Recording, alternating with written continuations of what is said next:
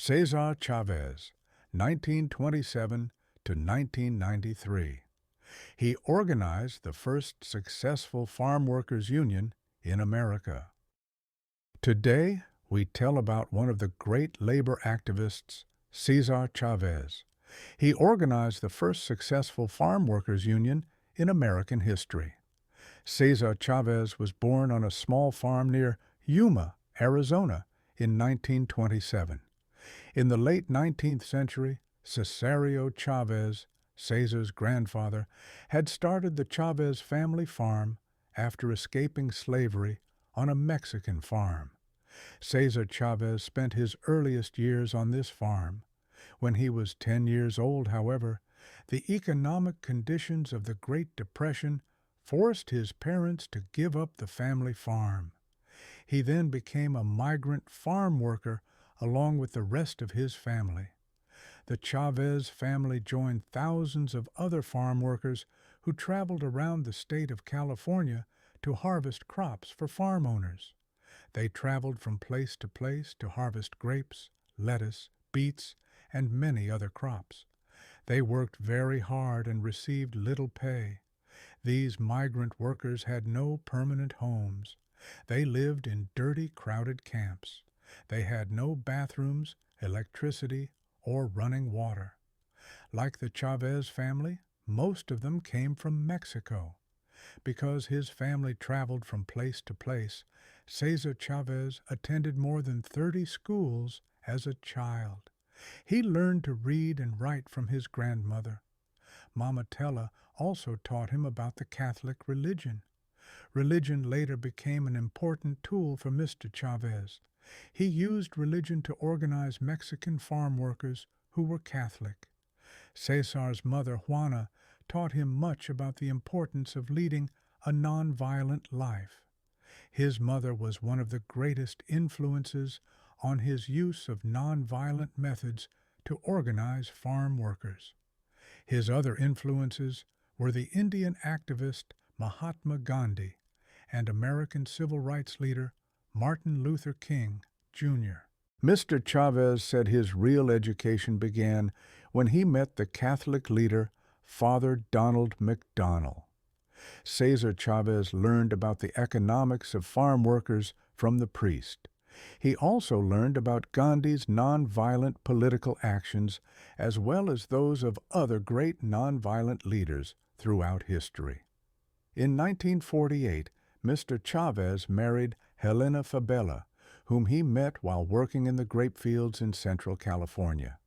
They settled in Salsi Puedes. Later, while Mr. Chavez worked for little or no money to organize farm workers, his wife harvested crops. In order to support their 8 children, she worked under the same bad conditions that Mr. Chavez was fighting against. There were other important influences in his life. In 1952, Mr. Chavez met Fred Ross, an organizer with a workers' rights group called the Community Service Organization. Mr. Chavez called Mr. Ross the best organizer he ever met. Mr. Ross explained how poor people could build power. Mr. Chavez agreed to work for the Community Service Organization. Mr. Chavez worked for the organization for about 10 years. During that time, he helped more than 500,000 Latino citizens to vote. He also gained old age retirement money for 50,000 Mexican immigrants. He served as the organization's national director. However, in 1962, he left the organization. He wanted to do more to help farm workers receive higher pay and better working conditions. He left his well-paid job to start organizing farm workers into a union. Mr. Chavez's work affected many people. For example, the father of Mexican-American musician Zack de la Rocha spent time working as an art director for Mr. Chavez. Much of the political music of de la Rocha's group, Rage Against the Machine, was about workers' rights, like this song, Bomb Track. It took Mr. Chavez and Dolores Huerta, another former CSO organizer, 3 years of hard work to build the National Farm Workers Association. Mr. Chavez traveled from town to town to bring in new members. He held small meetings at workers' houses to build support. The California-based organization held its first strike in 1965. The National Farm Workers Association became nationally known when it supported a strike against grape growers. The group joined a strike organized by Filipino workers of the Agricultural Workers Organizing Committee. Mr. Chavez knew that those who acted non-violently against violent action would gain popular support. Mr. Chavez asked that the strikers remain non-violent, even though the farm owners and their supporters sometimes used violence. 1 month after the strike began, the group began to boycott grapes. They decided to direct their action against one company, the Schenley Corporation. The union followed grape trucks and demonstrated wherever the grapes were taken. Later, union members and Filipino workers began a 25-day march from Delano to Sacramento, California, to gain support for the boycott. Schenley later signed a labor agreement with the National Farm Workers Association. It was the first such agreement between farm workers and growers in the United States. The union then began demonstrating against the DiGiorgio Corporation.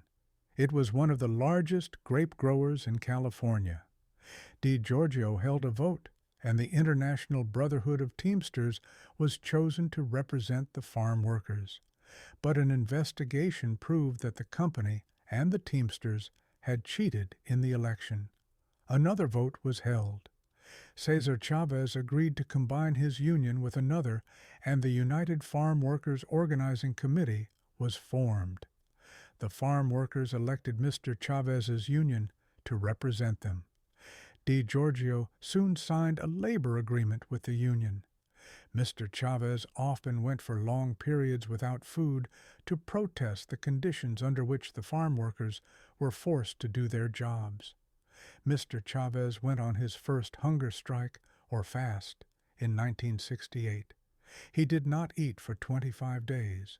He was called a hero for taking this kind of personal action to support the farm workers. The union then took action against Jumara Vineyards Corporation, the largest producer of table grapes in the United States. It organized a boycott against the company's products. The boycott extended to all California table grapes. By 1970, the company agreed to sign contracts. A number of other growers did as well. By this time, the grape strike had lasted for 5 years. It was the longest strike and boycott in United States labor history. Cesar Chavez had built a nationwide coalition of support among unions, church groups, students, minorities, and other Americans. By 1973, the union had changed its name to the United Farm Workers of America. It called for another national boycott against grape growers as relations again became tense. By 1975, a reported 17 million Americans were refusing to buy non-union grapes. The union's hard work helped in getting the Agricultural Labor Relations Act passed in California under Governor Jerry Brown.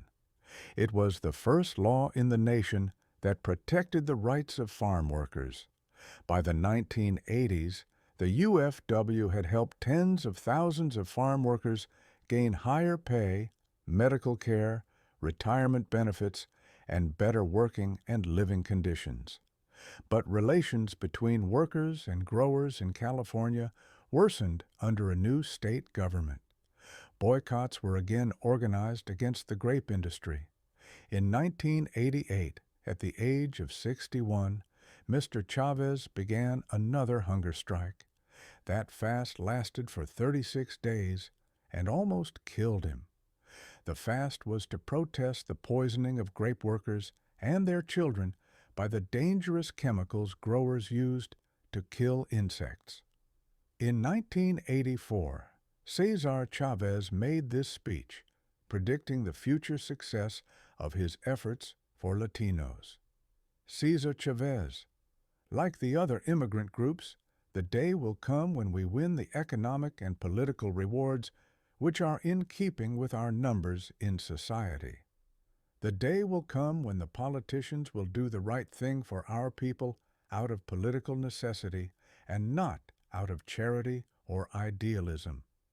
Cesar Chavez died in 1993 at the age of 66. More than 40,000 people attended his funeral.